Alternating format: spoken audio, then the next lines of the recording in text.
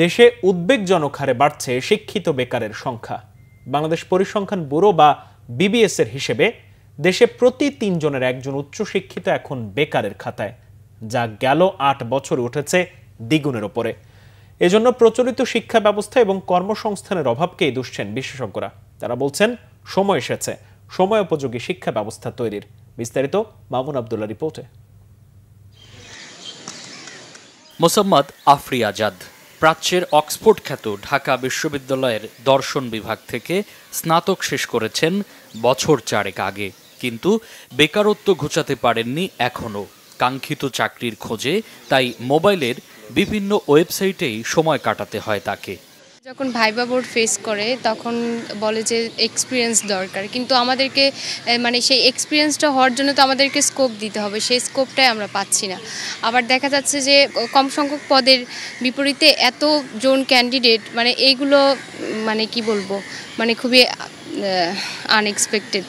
বাংলাদেশ পরিসংখ্যান bureau BBS এর 2024 সালের সবশেষ প্রতিবেদনে দেখা যায় দেশে বর্তমানে স্নাতক পাশ বেকারের সংখ্যা প্রায় 8,85,000।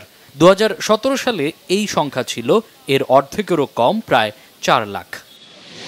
চাকরি সংশ্লিষ্ট প্রতিষ্ঠান বলছেন প্রকৃত শিক্ষিত বেকারের সংখ্যা সরকারি হিসাবের চেয়ে অনেক বেশি। সরকারি ও বেসরকারি খাতে প্রত্যাশিত হারে কর্মসংস্থানের সুযোগ তৈরি না হওয়ায় বেড়েছে শিক্ষিত বেকারের সংখ্যা, মনে করেন অর্থনীতিবিদরা। আমরা দেখেছি যে যত শিক্ষিত গ্রুপ তত কর্মসংস্থানের বাইরে আছেন যারা, তাদের শতকরা হার বেশি। তো এরকম একটা অবস্থায় তো অবশ্যই আমাদেরকে এটা একটা এজেন্ডা নাম্বার 1 হিসেবে আমাদেরকে এটা ট্রিট করতে হবে। যারা বয়স কম এবং যারা শিক্ষিত তাদের মধ্যে আসলে সংখ্যাটা মারাত্মক আকার ধারণ করেছে, এবং এই গ্রুপের মধ্যে আবার ভাগ আছে। যেমন ধরেন যদি পাবলিক ইউনিভার্সিটি বলি বা প্রাইভেট ইউনিভার্সিটি বলি, সেখানে বেকারত্বটা আছে, কিন্তু সবচেয়ে বেশি ভয়াবহ বেকারত্ব হচ্ছে আসলে জাতীয় বিশ্ববিদ্যালয়ের আন্ডারে যে প্রায় 2200-এর মতো কলেজ আছে। চাকরির বাজার এবং শিক্ষা প্রতিষ্ঠানের মধ্যে সঠিক বোঝাপড়ার অভাবে তৈরি হচ্ছে না দক্ষ জনশক্তি, মনে করেন বিশেষজ্ঞরা।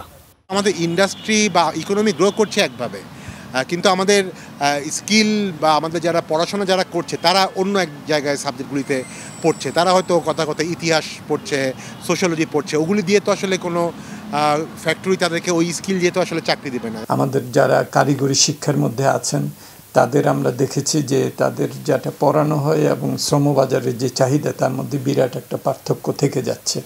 তো সেই জায়গাগুলোতে আমাদেরকে অনেক ধরনের পরিবর্তন আনতে হবে, কারিকুলা থেকে শুরু করে শিক্ষক প্রশিক্ষণ থেকে শুরু করে সবকিছু। বিবিএস এর তথ্য মতে দেশে বর্তমানে 9 লাখের মতো উচ্চশিক্ষিত মানুষ হয় বেকার, নয়তো জীবন ধারণের জন্য বেছে নিয়েছে প্রয়োজন ও প্রত্যাশার চেয়ে অনেক কম আয়ের কোনো কর্মসংস্থান, যার পোশাকি নাম ছদ্ম বেকার। মামুন আব্দুল্লাহ, বাংলা ভিশন, ঢাকা।